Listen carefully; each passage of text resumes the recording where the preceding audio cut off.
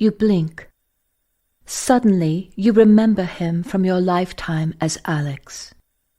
Matthew had been Ammon, the high priest who sealed you into the pyramid prison thousands of years earlier. Then, to your surprise, you are shown an overview of Ammon's lifetime after the moment when he had sealed you into your tomb. It was bizarre, but not. Like watching a movie, only the movie would automatically speed up through unimportant events and then slow back down for anything you need to see. You are in awe as you observe your mind movie begin to play out quickly. It is initially focused on the time period that Ammon was becoming more and more powerful. And as the years go by, you watch him selfishly take possession of one body after another. But then the movie slows down to a time when Ammon had been living for well over 100 years. Even though he didn't appear to be more than 35 or 40, he knew it was time to let his current body go. Ammon desired the closest genetic match possible, so he waited patiently for a son who would possess the qualities he desired. And when that son was ultimately born, he made him heir to his entire fortune, leaving everything to him exclusively. However, he was unable to take over his son's body unless his son's soul wanted to leave voluntarily. So Ammon waited until his son was deeply in love, then covertly brought about so much emotional devastation. His son refused to eat or drink and was waiting longingly at death's door to be released from his broken spirit and heart. Ammon made a tremendous show of begging God to take his own life, so that instead his son might live. And that is exactly how it appeared to the general public. But in reality, his son did die, and as the young man's soul left his body, Ammon's soul stepped in to his son's place. To those looking on, Ammon appeared to be dead, while his son miraculously came back to life, inheriting all that had been his father's. But in truth, Ammon simply carried on with his life, only now it was in his son's body, and for this reason Ammon was never close to his sons. The women he married were chosen for a specific purpose and nothing more. Love had nothing to do with it. But this time, when Ammon took over his son's body, he had devised an extraordinary plan. Over a span of hundreds of years, the 6 priests sent out their minions to sow the seeds of fear and obedience to authority into the minds of mankind. And though they eventually accomplished this, no matter what they did, they could not influence the minds of the Vedras. Alex had taught them well, even as he taught the priests themselves. Ammon telepathically scanned the future until he saw a window of opportunity. He had waited over 100 years for this opening, and now, having his son's young, healthy body, would make the event he had planned even easier. Using his psychic abilities, Ammon was able to witness the battle between the Vedras and the Roman army. He saw Sasha and knew she would tend to the wounds of the Roman soldiers.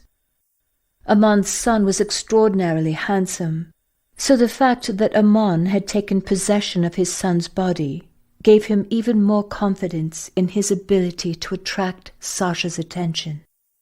But the moment Sasha looked into Ammon's eyes, something happened that he had not expected. A feeling arose deep within him. Sasha reminded him so much of Alex that even though Alex had been dead for hundreds of years, Ammon felt pain rip through his soul as if he had been stabbed in the heart. He had never wanted Alex to die. Alex had been his teacher and mentor for years. They had different desires, and Alex stood in Amon's way from time to time, but he never ever wanted Alex to die. It was only a ploy to manipulate information from a man facing death. Sasha had Alex's eyes.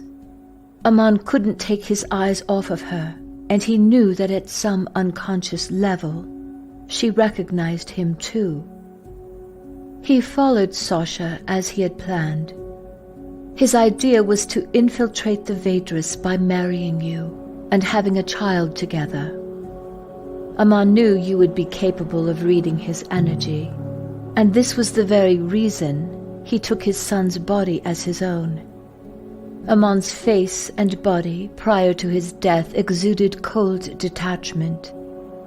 But in his son's body, the look in his eyes still carried the vibration of one who knew what it was to be deeply in love, something Amon had never experienced.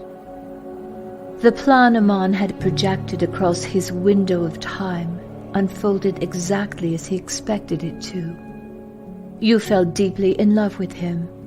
He had successfully kept his true thoughts and intentions from you. But in pretending to be part of your world, Amon never expected that he would fall in love with you and the world in which you lived. His focus had been on taking over a body with the best possible genetic match.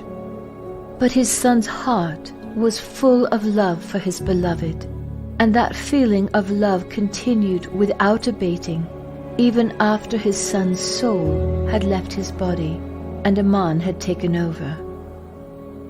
The beautiful simplicity of your world and the depth of your love for him astounded Amon. He had infiltrated the enemy camp only to discover that his own life and ambitions were meaningless. He had no desire to go back. On your wedding night, you asked Amon if he would like to have a son. He smiles warmly at you, knowing that he would never decline any wish that you put before him. The next morning, Amon felt as if he was floating above the ground. He kept looking down to assure himself that his feet were still planted solidly on terra firma. As he remembers kissing you the night before, the most extraordinary feeling takes over. Although he tried, he wasn't able to stay in his body, and as he rose up into the night sky, you rose with him, radiant like a star. A blur of light shot toward you both, and materialized as a young boy who looked exactly like his son did in Egypt. Amon instantly felt the horror of what he had done. He was responsible not only for his son's broken spirit, but for the death of the woman his son had loved so deeply. For the first time in his life, Amon wanted to apologize. He wanted his son's forgiveness. But before he could say anything, his son spoke. "Father, do not fear. Love has its own plan. I see it more clearly than you do. If you and Mother will invite me to be your son, a new star will light up in the heavens. And as we live together, our combined light will go up to our star on the wings of love and be reflected back to everyone on earth. A single glance at our star will fill hearts with unimaginable love." Amon's heart was ready to explode with joy, but the next thing he remembered, he was waking up to the most glorious morning he had ever experienced. He thought it would be impossible to love you more than he already did. But when your son was born, Amon's heart was as big as the universe, and he loved you even more.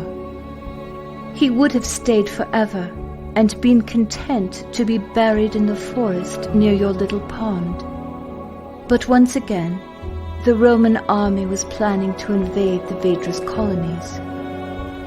Aman saw a plan which involved you and his son. He knew the plan would work. He had anchored it across the window of time and saw the outcome clearly. And then you see Aman's side of your shared memory. It begins with Aman staring into the night sky until the stars blink out and a rosy hue from the unseen horizon is mirrored in the pond. He gently moves his arm from beneath your head and lays your sleeping son in your arms. As he kisses Alexei's curly head, you open your eyes. It is as if he is seeing you, truly seeing you, for the first time, and yet somehow feeling as if he'd known you throughout all eternity.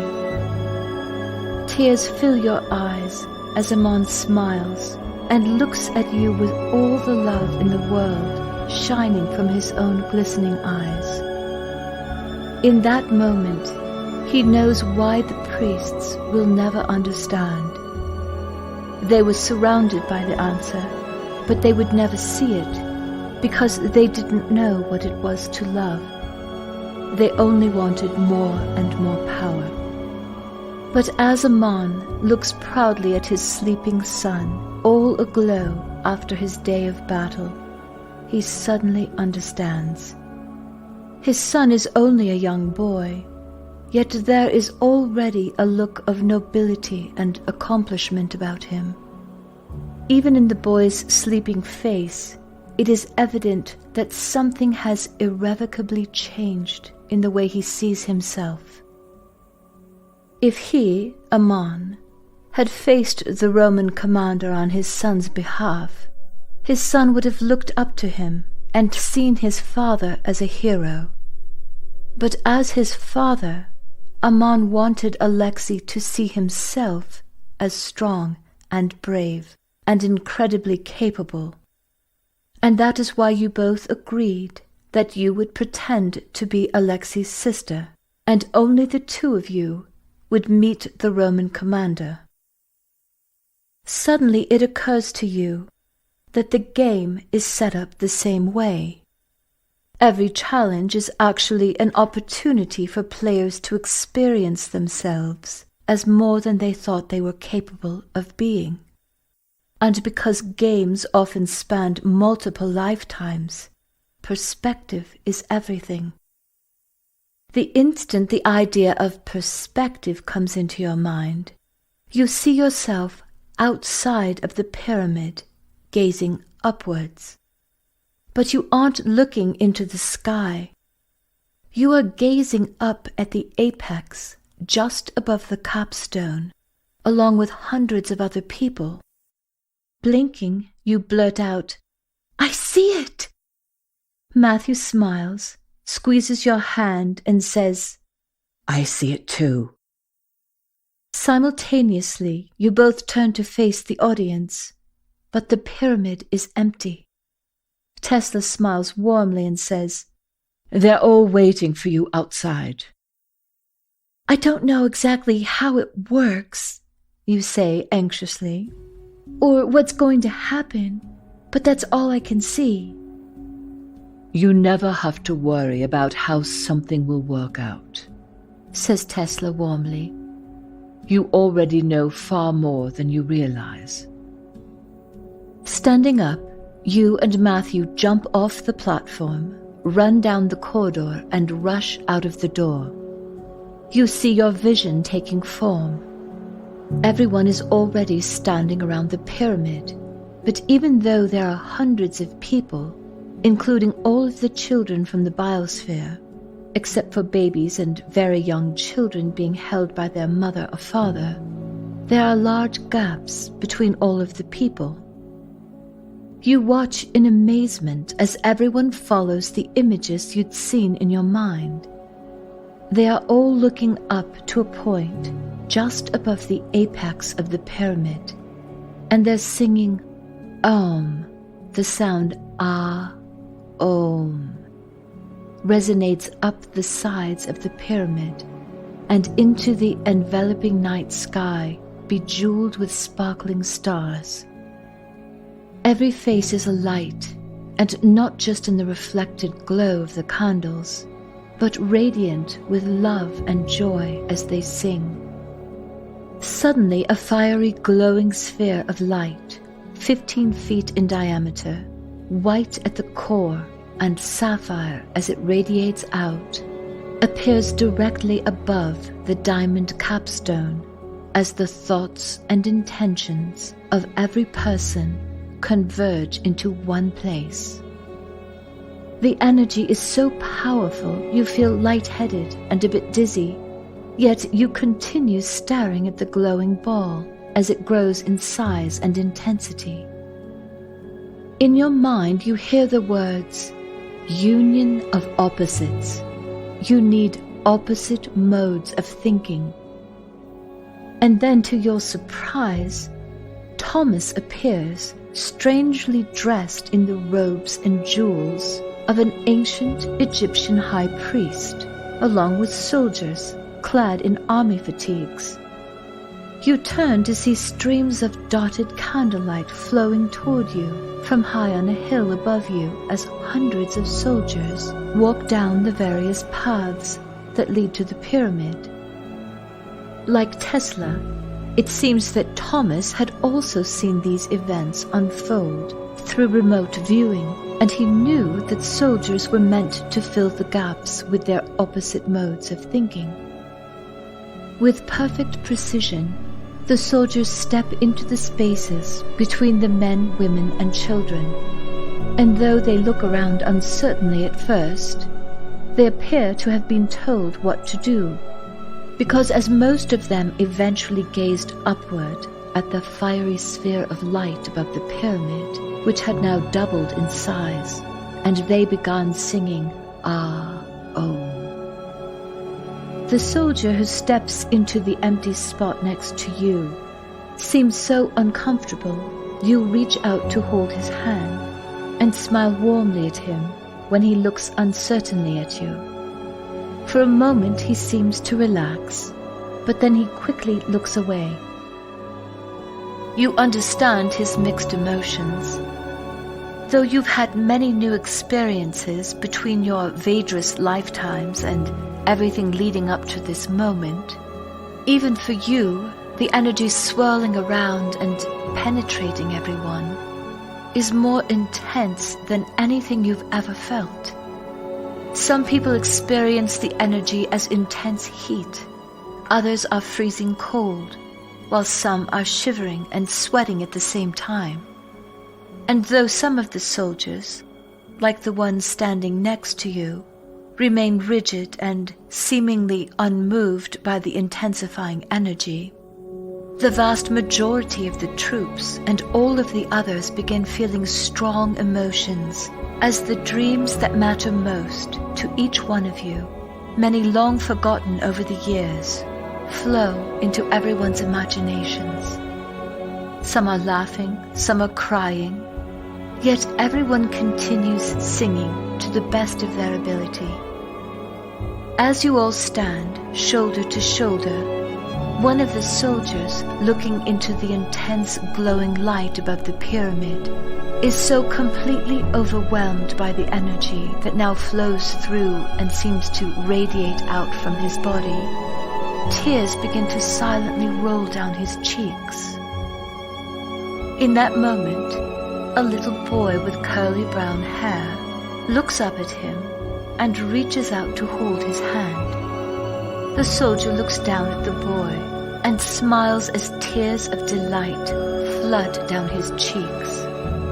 But he doesn't seem to care. All he knows is that he has never felt love like this in his entire life, and it is something he has wanted more than anything in the world. Then a little girl reaches up and holds his other hand, and if he had been hovering above the pyramid and looking upon it, he would have seen that children and adults both are reaching out to the soldiers until everyone is holding hands all the way around the pyramid. And most of the soldiers are feeling very much the way he does, a deep feeling of love and peace they had never known before, but which had been in their nature all along. When this happens, a whirling vortex of golden light begins spinning around the base of the pyramid and forms into a tornado-like funnel. Light pours into the ground, into the sky, and into the top of your head, filling up every cell in your body. The energy then explodes out of you as radiant golden light. In the next moment, you find yourself standing next to Matthew in front of your high school, just as an empty yellow school bus is pulling out of the parking lot. On the ground in front of you lay your backpacks, as a couple of kids drive past yelling, "Bye! See you Monday!"